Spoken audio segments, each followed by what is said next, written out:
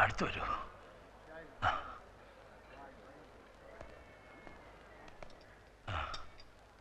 കണ്ണേ പൊന്നേന്ന് പറഞ്ഞു വളർത്തിയ കുഞ്ഞാണ്. ഇപ്പൊ കിടക്കണ കിടപ്പ് കണ്ടില്ലേ? ഡോക്ടർ പറഞ്ഞു നീ വേണം അവളെ രക്ഷിക്കാനെന്ന്. എന്റെ മോളെ കൈവിടരുത്. ഒന്ന് പറയൂ ഇരവി, എന്നോട് മാപ്പാക്കണമെന്ന് പറയൂ. പിണക്കവും പരിഭവവും ഒന്നും ഇല്ലാന്ന് എന്നോട് പറഞ്ഞു കഴിഞ്ഞു. എല്ലാം ഞാൻ പറഞ്ഞു മനസ്സിലാക്കിച്ചോളാം. വർമ്മ സാറ് വെറുതെ വിഷമിച്ച് പ്രഷർ കൂട്ടണ്ട. ആ, അത് കേട്ടാ മതി എനിക്ക്. 100. 100 എടോ ആദ്യം പറഞ്ഞോളൂ 200. 100 100 100 100 200 300 എത്ര വേണമെങ്കിൽ തരാം. ഇല്ലേ അവിടെ ചെന്ന് കിട്ടിയില്ല എന്ന് കംപ്ലൈന്റ് പറഞ്ഞു. നന്ദി വേണടാ, നന്ദി. എനിക്ക് ചില കാര്യങ്ങൾ അറിയാനുണ്ടായിരുന്നു. എന്ത് കാര്യം? ചന്ദ്രയ്ക്ക് രാവിലെയാ ബോധം തെളിഞ്ഞത്. എല്ലാം കാണാം, എല്ലാം കേൾക്കാം, എല്ലാം മനസ്സിലാക്കാം, പക്ഷെ സംസാരിക്കാൻ കഴിയില്ല. കഴുത്തിന് താഴെ ആകെ തളർന്നിരിക്കുക. ഒരു സ്ട്രേഞ്ച് കേസായിട്ടാണ് എനിക്ക് തോന്നുന്നത്. പക്ഷെ പ്രതീക്ഷയ്ക്ക് വകയുണ്ട്. രോഗിയുടെ മനക്കരുത്താണ് ഇവിടെ പ്രധാനം.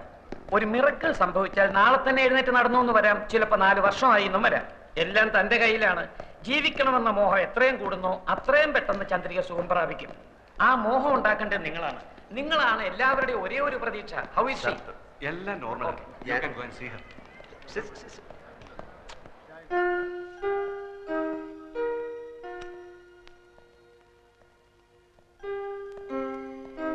കൊച്ചെ, എനിക്കൊരു കാര്യം പറയാനുണ്ട്. എല്ലാരും കൂടെ എന്നെ തെറ്റി. അയ്യോ എന്റെ മോൾക്ക് പറ്റി. അയ്യോ എന്റെ മോളെ, അയ്യോ എന്റെ ഗുരുവായൂരപ്പ, എന്റെ മോളെ കിടക്കുന്നത് കണ്ടോ? അയ്യോ എന്റെ മോളെ, അയ്യോ. ഞാൻ DSP സത്യപാൽ, പുതിയോർമ്മന്റെ അമ്മാവനാണ്. ഇതെന്റെ പെങ്ങളുടെ ഭർത്താവ് അഡ്വക്കേറ്റ് വേണു. പാലക്കാട് ക്രിമിനൽ പ്രാക്ടീസാ. ഞങ്ങളിങ്ങനെ കേസിന്റെ കാര്യങ്ങളൊക്കെ പറഞ്ഞുകൊണ്ടിരിക്കുകയായിരുന്നു. അപ്പൊ ഇതുപോലൊരു കേസ് അല്ല, ഇതുപോലല്ല. ഈയിടെ രാജീവ് ഗാന്ധിയുടെ മകൾ പ്രിയങ്കയുടെ ഭർത്താവെന്ന് പറഞ്ഞുകൊണ്ട് ഒരുത്തൻ ഹൈദരാബാദിൽ നിന്ന് ചെന്നില്ലേ? കോടതിയിൽ വരാൻ പ്രിയങ്കയെ കല്യാണം കഴിച്ചു എന്ന് പറഞ്ഞില്ലേ? എന്നിട്ട് അവന്റെ ഗതി എന്തായി? 5 വർഷം തടവും 10,000 രൂപ പിഴ. ഞാൻ പോട്ടെ, എനിക്ക് അല്പം പണിയുണ്ട്. എങ്ങോട്ടാ? ഓഫീസിലേക്ക്. അപ്പൊ ആൽഫ്രണ്ടിന് എന്തോ സ്വന്തമായിട്ട് ബിസിനസ് ഉണ്ടെന്ന് കേട്ടു. സ്വന്തമായിട്ട് ഓഫീസുണ്ട്. താമസം ഓഫീസിൽ തന്നെ. ഞങ്ങളൊക്കെ ഗസ്റ്റ് ഹൗസിലാ. ആൽഫ്രണ്ടിന് വേണേ അങ്ങോട്ട് വരാം. വളരെ വലിയ വീട്. ബിസിനസിന്റെ ആവശ്യത്തിന് ആൾക്കാർ വന്നും പോയി കാണാനും കേൾക്കാനും ഒക്കെ അവിടെ സൗകര്യമുണ്ട്. ഞാൻ പോട്ടെ. ധൈര്യമായിട്ട് പോയിക്കോ. ചന്ദ്രന്റെ കാര്യത്തിൽ എന്തെങ്കിലും തീരുമാനം ഉണ്ടാകുന്നവരെ ഞങ്ങൾ ഇവിടെ തന്നെ ഉണ്ടാവും. അപ്പൊ കൂടെ നമ്മളെല്ലാം അന്വേഷിച്ച് തേയില കച്ചവടവും തുണി കച്ചവടവും മില്ലും ഫാക്ടറിയും ഒക്കെ ആയിട്ട് പണം ചാക്ക് കണക്കിന് കയ്യിൽ വെച്ചിരിക്കുന്ന ആൾക്കാരാ. ആ പെണ്ണിനെ പറ്റി കാര്യമായിട്ട് ആർക്കൊന്നും അറിഞ്ഞൂടാ. ആൽഫി എന്നുള്ളൊരു പേരല്ലാതെ അവന്റെ ഉമ്മയാര് ബാപ്പയാര് കറുപ്പോ വെളുപ്പോ വീടേത് കൂടേത് ഒന്നും ഒരുത്തനും അറിഞ്ഞൂടാ. 14-ാം തീയതി രജിസ്റ്റർ കച്ചേരിയിൽ ഓൻ ഇവിടെ നിൽക്കാതെ വെച്ചിട്ടുണ്ട്. നമ്മൾ ഇവിടെ ചുറ്റിപ്പറ്റി നിന്നിട്ട് എങ്ങനെയെങ്കിലും ഓളെ ഒപ്പം എങ്ങനെയാന്ന് കണ്ടുപിടിച്ചാൽ മതി. 23 ലക്ഷം നമ്മളെ കീശ കിടക്കും മോനെ. ഓക്ക് വായി തുറക്കാൻ പറ്റാത്തിടത്തോളം കാലം ഒപ്പം അതല്ല നോക്ക് പറയാൻ പറ്റൂലല്ലോ. അതോടെ നമ്മളെല്ലാ കഷ്ടകാലവും തീരും മോനെ. പിന്നെ ആ കുള്ളം തടിയനില്ലേ, കഷണ്ടി ചെവി പൂടാ, അവൻ അയാള് വെറും ഡ്രൈവർ അല്ല.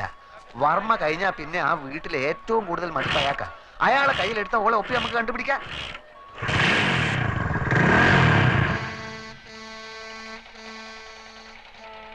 ഇനി എന്താടാ ഒന്നും മിണ്ടാത്തത്? നീ പടച്ചോനെ കണ്ടിട്ടുണ്ടാ? ഇല്ല, കണ്ടിരുന്നെങ്കിൽ ഒന്ന് ചോദിക്കായിരുന്നു. എന്തിനാ ഇങ്ങനെ എന്നെ പടച്ചു വിട്ടതെന്ന്. എന്നാ പടച്ചോനെ നമ്മൾ കണ്ടിട്ടുണ്ട്. എവിടെ വെച്ച്? പലയിടത്തും വെച്ച്, പല രൂപത്തിൽ. ഒരിക്കല് ബസ്സിൽ ടിക്കറ്റ് എടുക്കാൻ 20 പൈസ കുറവായപ്പോ സ്കൂളിൽ പഠിപ്പിച്ച പണിക്കര മാഷ രൂപത്തിൽ വന്ന് 20 പൈസ തന്ന്.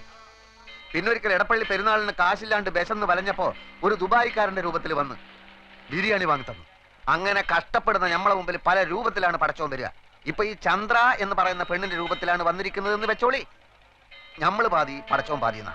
പടച്ചോന്റെ പാതി പടച്ചോൻ ചെയ്തു, ഞമ്മളെ പാതി ഞമ്മള് ചെയ്യണം. നീ ചെകുത്താനെ കണ്ടിട്ടുണ്ടാ? ഉണ്ടല്ലോ ഞമ്മളെ മാമ. അതൊക്കെ കുഞ്ഞ് ചെകുത്താൻ. വലിയ മലയിടത്ര ഉള്ളതുണ്ട്. അതായിട്ടായിരിക്കും ചിലപ്പോ ഒറിജിനൽ ആൽഫി വരുന്നത്.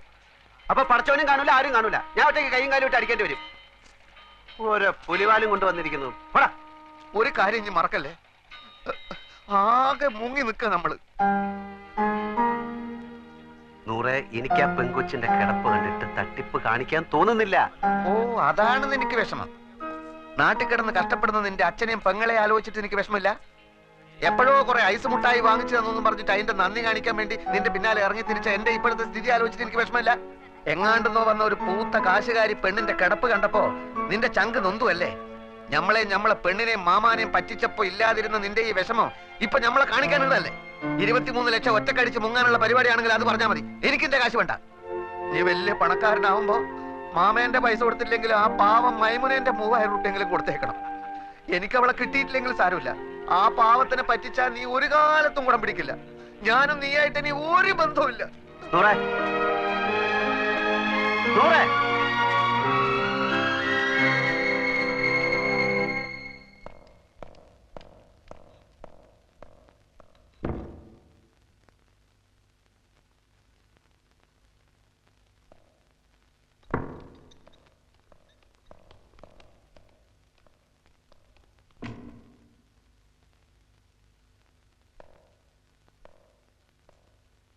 കൊച്ചേ, നിനക്കെല്ലാം കാണാനും കേൾക്കാനും പറ്റുമെന്ന് എനിക്കറിയാം. I am Appukuttan. എന്റെ പേര് അപ്പുക്കുട്ടൻ എന്നാ. വഴി വെച്ച് നാട്ടുകാരെല്ലാം കൂടെ നിന്നെ എന്റെ തലയിൽ വെച്ച് തന്നതാ. ഇവിടെ കൊണ്ട് ഞാൻ ഇറക്കി. അതോടെ അവരെല്ലാം കൂടെ പിടിച്ച് എന്നെ നിന്റെ ഭർത്താവാക്കി. ഇടിവെട്ടി അവന്റെ തലയിൽ പാമ്പ് കടിച്ചു എന്ന് കേട്ടിട്ടുണ്ടോ? ആ ഗതിയാ ഇപ്പൊ എന്റേത്. അതുകൊണ്ട് സത്യം തുറന്ന് പറഞ്ഞേക്കാമെന്ന് കരുതിയാ ഇപ്പൊ ഞാൻ വന്നത്. അപ്പൊ ഇവിടെ ആരുമില്ല, എല്ലാരും നല്ല ഉറക്കം. നാളെ ഞാൻ വരും, ഉള്ള സത്യം അങ്ങ് തുറന്ന് പറഞ്ഞേക്കും. കേട്ടില്ല? ഇപ്പൊ ഞാൻ പോന്നു. Good night.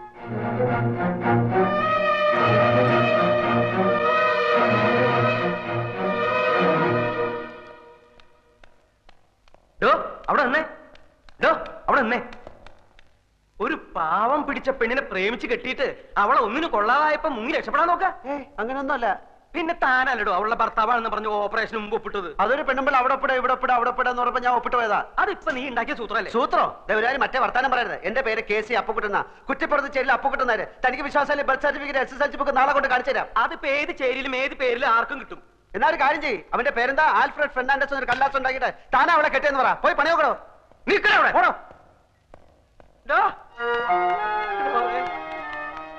അപ്പൊ സത്യം പറയാൻ പോവാ? സത്യം പറയാൻ പോവാ? അതെ, രാവിലെ ഞാൻ വരും. ഉള്ളതൊക്കെ എല്ലാവരോടും അങ്ങ് തുറന്നു പറയും. അതോടെ ഏർപ്പാട് അങ്ങ് ക്ലോസ് ചെയ്യും. തനിക്ക് എന്താണോ വേണ്ടത്? ഞാൻ സമ്മതിക്കില്ല. എന്ത് വന്നാലും നീ സത്യം പറയാൻ ഞാൻ സമ്മതിക്കില്ല. എനിക്ക് സത്യം പറഞ്ഞേ പറ്റും. എന്താണ് നിന്റെ അപ്പന്റെ പേര്? ഹരിചന്ദ്രൻ?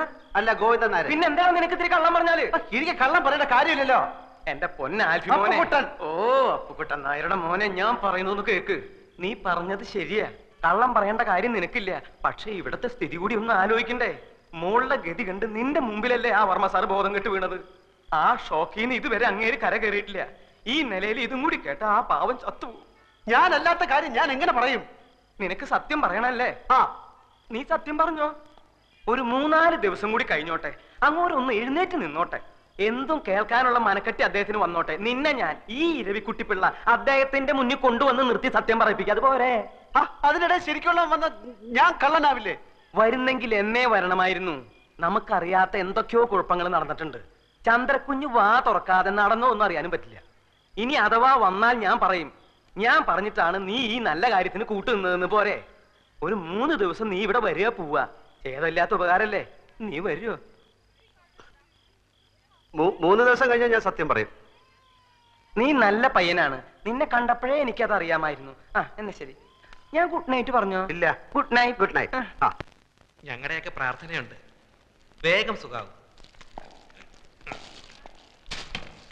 പാല് ഫ്ലാസ്കിലുണ്ട്.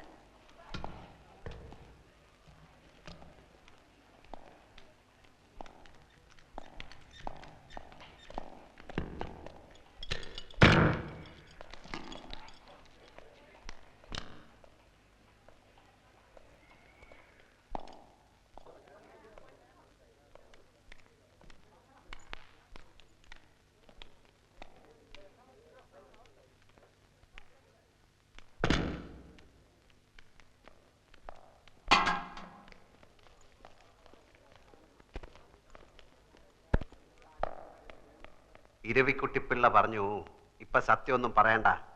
ഇപ്പൊ പറഞ്ഞ തന്റെ അച്ഛന്റെ കാറ്റ് പോന്നു. അതുകൊണ്ട് ഞാനിപ്പോ ഒന്നും പറയുന്നില്ല. ഇപ്പൊ ആ മുറിക്കകത്തുള്ള ആരാ? അതല്ലേ ചന്ദ്രകുഞ്ഞിന്റെ ഭർത്താവ്. ഈ കക്ഷി അത്ര കപ്പാസിറ്റി ഉള്ള പാർട്ടി ഒന്നും അല്ലല്ലേ? നമ്മളൊന്നും സ്റ്റാറ്റസിന് പറ്റിയതല്ല. വർമ്മ സാറിനോ ഞങ്ങൾക്കൊക്കെ എതിർപ്പായിരുന്നു. കാശ് കൊടുത്തോ? കൊടുത്തു. ഇനിയിപ്പോ ഇങ്ങനെയൊക്കെ ആയ സ്ഥിതിക്ക് മരുമോനായി സ്വീകരിച്ചല്ലേ പറ്റൂ. പറഞ്ഞതല്ല ഓർമ്മയുണ്ടല്ലോ. ഞാൻ പറയുന്നത് വരെ ഒരു സത്യം ഒരാളോടും പറയരുത്. സത്യം പറയണ നേരാവുമ്പോ ഞാൻ പറയാം. ആ ആൽഫി വന്നോന്ന് അനിയൻ അന്വേഷിക്കായിരുന്നു. നല്ല ചായ ഉണ്ട്, വീട്ടിൽ നിന്ന് കൊണ്ടുവന്നാ. നമ്മുടെ സ്റ്റേറ്റിലെ ചായപ്പൊടിയാ. ആൽഫിക്ക് ഇവരെ ആരെയും പരിചയമില്ലല്ലോ. ഇത് എന്റെ മൂത്ത പെങ്ങളാ. ഇത് പെങ്ങളുടെ മോള് ഹിന്ദു. ഇത് ശോഭ. ഇനി ഒരു പെങ്ങളുണ്ട് അമേരിക്കയിലാ, അമ്മുക്കുട്ടി. അവക്കൊരു മകനുണ്ട്, അവൻ ഡോക്ടറാ. പിന്നെ ഇവരെ പരിചയപ്പെട്ടിരുന്നില്ല. പരിചയം. ആ ഇനിയിപ്പോ എന്തായാലും നമ്മളൊക്കെ ഒരു കുടുംബമായിട്ട് കഴിയേണ്ട ആൾക്കാരല്ലേ. അധികം സംസാരിക്കണ്ടെന്ന് ഡോക്ടർ പറഞ്ഞിട്ടില്ലേ അമ്മാവ? എനിക്ക് ആൽഫിയെ കാണുമ്പോ മനസ്സിന് വല്ലാത്ത സമാധാനവും ശക്തിയൊക്കെ തോന്നുക. ആ ഇത് ഇരവി. അറിയാം. അങ്ങനെ അറിഞ്ഞാ പോരാ, ഞാൻ പഞ്ഞിക്കുരി ബിസിനസ്സുമായിട്ട് നടക്കുന്ന കാലം മുതല് ഇയാൾ എന്റെ കൂടെ ഉണ്ട്. ഇരവി വിഷം കൊടുത്ത് കുടിക്കാൻ പറഞ്ഞാലും അനിയൻ കുഞ്ഞും കുടിച്ചോളും, അത്ര വിശ്വാസ. ഞാനൊരു ക്രിമിനൽ വക്കീലായതുകൊണ്ടല്ല ചോദിക്കുന്നത്, വിഷമം തോന്നരുത്. ബന്ധുക്കളാരും ഇല്ലേ? അച്ഛൻ, അമ്മ, സഹോദരങ്ങൾ. അച്ഛനമ്മ സഹോദരങ്ങളുണ്ട്. അവരൊക്കെ അങ്ങ് ഡെറാഡൂണില്ല. അത് തനിക്കെങ്ങനെ അറിയാം? ആ കഴിഞ്ഞ പ്രാവശ്യം പാലക്കാട്ട് നിന്ന് ചന്ദ്രയുടെ കോണ്ടസ കാറ് ഇവിടെ കൊണ്ടുവന്ന് കൊടുത്തില്ലേ? അപ്പൊ പരിചയപ്പെട്ടതാ. കോണ്ടസ അന്ന് പരിചയപ്പെട്ടതാ. എന്നിട്ട് അന്ന് താനത് പറഞ്ഞില്ലല്ലോ.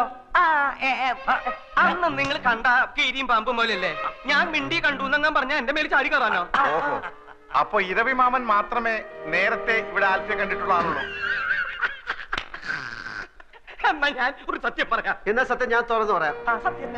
ഞാൻ സത്യം തുറന്നു പറയാം. ഞാൻ സത്യം തുറന്നു പറയാം. ഈ രണ്ടുപേരും പറയാൻ പോകുന്ന ഒരു സത്യമില്ല. അപ്പൊ അത് ഞാൻ സത്യം പറഞ്ഞാൽ എന്താ കുഴപ്പമുണ്ടാകില്ല. അപ്പൊ അത് നിങ്ങൾ സത്യം പറഞ്ഞാൽ ഞാൻ കള്ളനാവും. ഞാൻ സത്യം പറയാം. ആ സത്യമല്ല ഈ സത്യം. എനിക്കെങ്ങനെ കള്ളനാവും? ഈ സത്യം ഞാൻ പറയാം. ഞാനൊരു ബിയർ അടിച്ചു. ബിയർ? ആ ബിയർ. എന്നോട് ക്ഷമിക്കണം, ഞങ്ങൾ പരിചയപ്പെട്ടപ്പോ ആൽഫി പറഞ്ഞു ഒരു ബിയർ അടിക്കാമെന്ന്. ഇപ്പോഴത്തെ ടെൻഷന് ഞാൻ അന്ന് ആദ്യമായിട്ട് ബിയർ അടിച്ചു പോയി. ആദ്യമായിട്ട് താനല്ലെങ്കിലും പാത്തും പതുങ്ങിയും ഇടയ്ക്കൊക്കെ ലേശം അടിക്കാറുണ്ടെന്നുള്ളത് എനിക്കറിയാം. ഇപ്പൊ മനസ്സിലായില്ലേ ഞാൻ പറഞ്ഞതിന്റെ ഗുണം? ആ പോവാ. ആ പീസിൽ കുറച്ച് പണിയുണ്ട് നീ പറഞ്ഞു. ആൽഫി, എനിക്ക് ഇപ്പൊ നല്ല ആശ്വാസമുണ്ട്. എന്നാലും 2 ദിവസം കഴിഞ്ഞ് പോയാൽ മതി എന്നാണ് ഡോക്ടർമാര് പറഞ്ഞത്. അത് മതി, അത് മതി. പ്രഷറൊക്കെ നോർമലായിട്ട് എനിക്ക് ചില കാര്യങ്ങൾ പറയാനുണ്ട്. ഇപ്പൊ വേണമെങ്കിലും പറയാം. ഇപ്പൊ വേണ്ട, മനസമാധാനമായിട്ട് ഭാവി തീരുമാനങ്ങൾ എടുക്കേണ്ട കാര്യങ്ങളാണ്. വർമ്മ സാറ് കിടന്നോണം. ഞാൻ എനിക്കും ചില കാര്യങ്ങൾ പറയാനുണ്ട്. എനിക്കൊരു കാര്യം പറയാനുണ്ട്. നീ എനിക്ക് ഹൃദയസ്തംഭനം ഉണ്ടാക്കി ഇറങ്ങിയിരിക്കുക. ഞാൻ വിചാരിച്ചു ഒറിജിനൽ സത്യം പറയാൻ പോവാണെന്ന്. നീ നിന്റെ ഇഷ്ടത്തിനൊന്നും വിചാരിക്കണ്ട. വിചാരിക്കേണ്ട സമയത്ത് ഞാൻ പറയാം. ഈ ക്യാഷ് ഉണ്ടോ? ഒരു 500 റുപ്പീസ് തരാൻ വന്നേ. ഒരു 500 രൂപ കൊടുത്ത്. ഓ അല്ല, ഇതിപ്പോ ആരെ കണക്കിലാ എഴുതേണ്ടത്? അത് നിന്റെ അമ്മായി അമ്മയുടെ പ്രസവത്തിന് പലഹാരം ഉണ്ടാക്കി കൊണ്ടുപോയ കണക്കിൽ അങ്ങ് എഴുതിയാ മതി. നീ കിന്നാരം ഒന്നും പറയണ്ട, പറയണത് കേട്ടാ മതി. സാർ എന്നോട് ക്ഷമിക്കണം, ഞാൻ അറിഞ്ഞില്ല സാർ ഇത്രയും വലിയൊരാളാണെന്ന്. ചന്ദ്രയുടെ ഭർത്താവാണെന്ന് ഒരു വാക്ക് പറഞ്ഞിരുന്നെങ്കിൽ കണ്ണും പൂട്ടി ഞാൻ അപ്പോഴേ ലോൺ തരുമായിരുന്നല്ലോ. സാറിന് എത്ര രൂപ ലോൺ വേണം? ഞാൻ ഇന്ന് തന്നെ സാങ്ഷൻ ചെയ്ത് തരാം. അപ്പൊ ലോൺ കിട്ടുമോ? ഞാൻ ഈ വർക്കീസാണ് പറയുന്നത്. നാളെ രാവിലെ ബാങ്കിലോട്ട് വാ, ലോൺ ഞാൻ ശരിയാക്കി തരാം. സാർ ഒരു ഒറ്റ ഒപ്പിട്ട് തന്നാൽ മതി. എന്റെ കുഞ്ഞുങ്ങളാണ് സത്യം. അല്ലെങ്കിൽ വേണ്ട, ഫോം ഞാൻ ഇങ്ങോട്ട് കൊണ്ടുവരാം. വേണ്ട, ഞാൻ അങ്ങോട്ട് വരാം. എന്നോട് ഒരു വിരോധവും മനസ്സിൽ തോന്നരുത്. സാറിന്റെ ചന്ദ്ര ടെക്സ്റ്റൈൽസ് കമ്പനിയുടെ മുഴുവൻ അക്കൗണ്ടും ഞങ്ങളുടെ ബ്രാഞ്ചിലാണ്. ദയവ് ചെയ്ത് അതൊന്നും പിൻവലിക്കരുത്. ബ്രാഞ്ച് പൂട്ടിപ്പോകും. ബാങ്കിന്റെ ഭാവി അല്ലേ സാർ ഞങ്ങളുടെ ഭാവി. അതൊന്നും പേടിക്കണ്ട. ലോൺ ശരിയാവോ? എന്തിനാ സാർ സംശയം? വർഗീസിന്റെ വാക്കാണിത്. അപ്പൊ നാളെ ഞാൻ ബാങ്കിൽ വരാല്ലേ? അയ്യോ, ധൈര്യമായിട്ട് വരണം സാറേ. ഞാൻ മനസമാധാനമായിട്ട് പൊയ്ക്കോട്ടെ.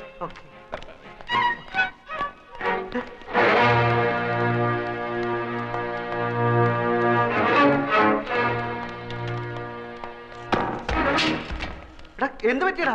എന്ത് നമ്മൾ ഈ പെട്ടിയിലെ സാമാനങ്ങൾ വിൽക്കാൻ നോക്കി. चंद्रा कौन है? What's the matter?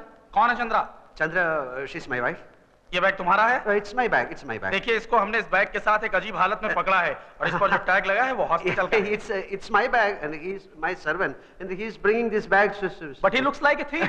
Not only his face, but his father's face is also looks like a thief. Thank you very much, sir. Oh, I see. Thank you very much. Thank you for the bag. चलो चलते हैं.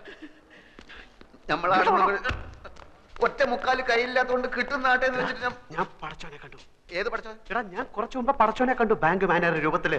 ബാങ്കിൽ ചെന്ന് ഒപ്പിട്ട എത്ര ലക്ഷം രൂപ ആണെങ്കിലും കിട്ടും. 4 ലക്ഷം ഒന്നും അല്ല. നേരാടാ നീ താങ്ക് യു. അയാൾ വിചാരിച്ചിരിക്കുന്നത് ഞാൻ പെണ്ണിന്റെ ഭർത്താവാണെന്ന്. അതുകൊണ്ട് ഈ ലോൺ കൈ കിട്ടുന്നിടം വരെ ഞാൻ ഈ കളി തുടരാൻ പോവാണ് മോനെ. ഇനിയിപ്പെങ്കിലും നല്ല ബുദ്ധി തോന്നിയല്ലടാ മോനെ.